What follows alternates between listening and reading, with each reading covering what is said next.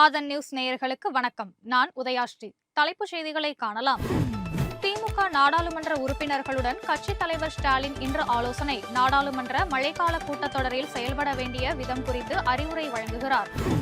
மேட்டூர் அணைக்கான நீர்வரத்து மீண்டும் அதிகரிப்பு. அணையின் நீர்மட்டம் 120 அடியை நெருங்கியது.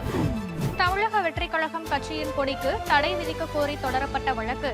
கட்சியின் தலைவர் விஜய் பதிலளிக்க சென்னை உயர்நீதிமன்றம் உத்தரவு. பிரபல தமிழ் திரைப்பட இயக்குனர் வேலு பிரபாகரன் உடல்நலக்குறைவால் காலமானார். தமிழ் திரையுலக பிரமுகர்கள் பலர் இரங்கல். வங்கக்கடலில் புதிய காற்றழுத்த தாழ்வு பகுதி உருவாக வாய்ப்பு. இந்திய வானிலை ஆய்வு மையம் தகவல். தலைநகர் டெல்லியில் 4வது நாளாக இன்றும் 20 பள்ளிகளுக்கு வெடிகுண்டு மிரட்டல். மோப்பனாய் உதவியுடன் போலீசார் தீவிர சோதனை. கேரள செவிலியர் நிமிஷா தூக்கு தண்டனை வழக்கு விவகாரத்துக்கு தீர்வு காண மத்திய அரசின் முயற்சி. ஏமன் மற்றும் நட்பு நாடுகளுடன் பேச்சுவார்த்தை. பெண் பத்திரிகையாளர் குறித்து அவதூறாக பேசிய வழக்கில் விதிக்கப்பட்ட 1 மாத சிறை தண்டனையை ரத்து செய்ய கோரி நடிகர் எஸ்.டி. சேகர் மேல்முறையீடு. தமிழக அரசு பதிலளிக்க உச்சநீதிமன்றம் உத்தரவு.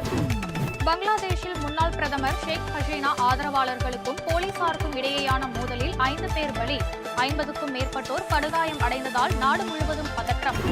பகல்காமில் பயங்கரவாத தாக்குதலை நடத்திய விவகாரம். தாக்குதல் நடத்திய ரெசிடென்ஸ் ஃப்ரண்ட் குழுவை பயங்கரவாத அமைப்பாக அறிவித்தது அமெரிக்கா. பெங்களூரில் நடந்த IPL வெற்றி கொண்டாட்டத்தின் போது கூட்ட நெரிசலில் சிக்கி 11 பேர் பலியான சம்பவம். RCB அணி மீது கிரிமினல் வழக்கு பதிவு செய்ய கர்நாடக அரசு முடிவு. இத்துடன் தலைப்புச் செய்திகள் நிறைவடைந்தன. வணக்கம்.